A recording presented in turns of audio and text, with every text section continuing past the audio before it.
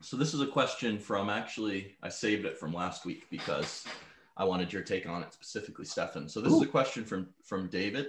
So he had said, he did a little description about how throughout history and all sorts of different areas, you often see an individual or a company blowing away the competition by having a new approach or method. Then when others learn about that method, that lead is slowly eroded away.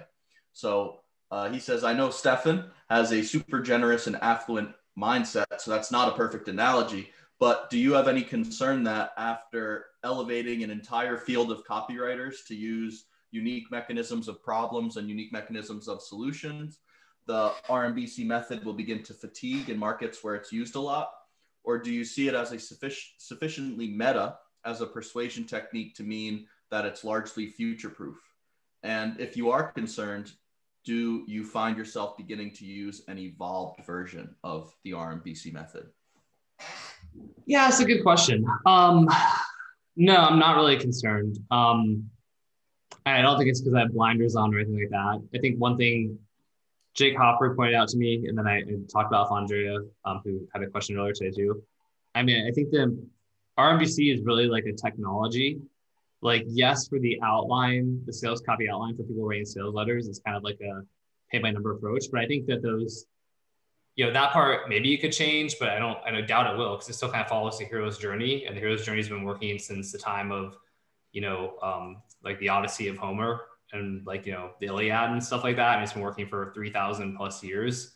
And so I don't think that, it's going to suddenly not work anymore. And that's really what the outline follows, is the hero's journey. But like, right, I think research is like, because the thing that you could be applying research before you do all kinds of stuff. Like the research is applicable to everything. It's like understanding your market, their pain points, their hopes, their dreams, their victories, their failures, all that kind of stuff. And that doesn't, you're always going to understand your market. So research is fine. And then you're always going to want a unique mechanism, right? I mean, you're always going to want to explain, here's the real reason why you have struggled, in the past. Here's like the reason this will actually work in the future. I don't see that changing either. And the brief is really just helping you come up with the copy you're going to present. So it really comes back to the outline. And again, I think the outline is the hero's journey. I mean, I think following, if you literally go through the outline and just follow every single bullet point in a row, you will write a sales letter that's still better than like 70% of copywriters, 75%. But I think over time, as you get better, you start to switch the order of things. You may, make little changes and tweaks. And I think the good writers are going to do that naturally anyway. And so that helps keep letters to me formulating. I mean, really, because really all at that end, I'm just reflecting back on that outline, what all the great sales letters, like the structure that almost all the great sales letters are using. And given, if RMBC stops working, it means sales letters have stopped working. And at which point we have a bigger problem and bigger fish to fry. But even then it's like, okay, but like short videos, like you do a 2-minute video on an ecom landing page or a 3-minute video, it still should have like the hero's journey. You can still basically follow the sales letter outline. So yeah, I think RMBC is more of like a technology, and I actually think it's pretty timeless. I think that we always want to get worried that things aren't working. I mean, if you talked to me in 2017, I kind of thought VSLs were dead and sales letters were dead.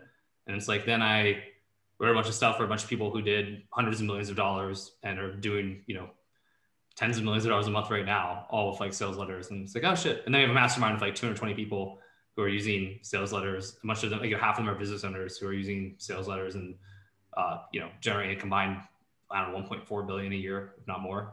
So I guess they're not dead. So, that day may come, but that's a bigger problem than just RMBC if that day ever comes. So that's my take on it. Awesome. Great.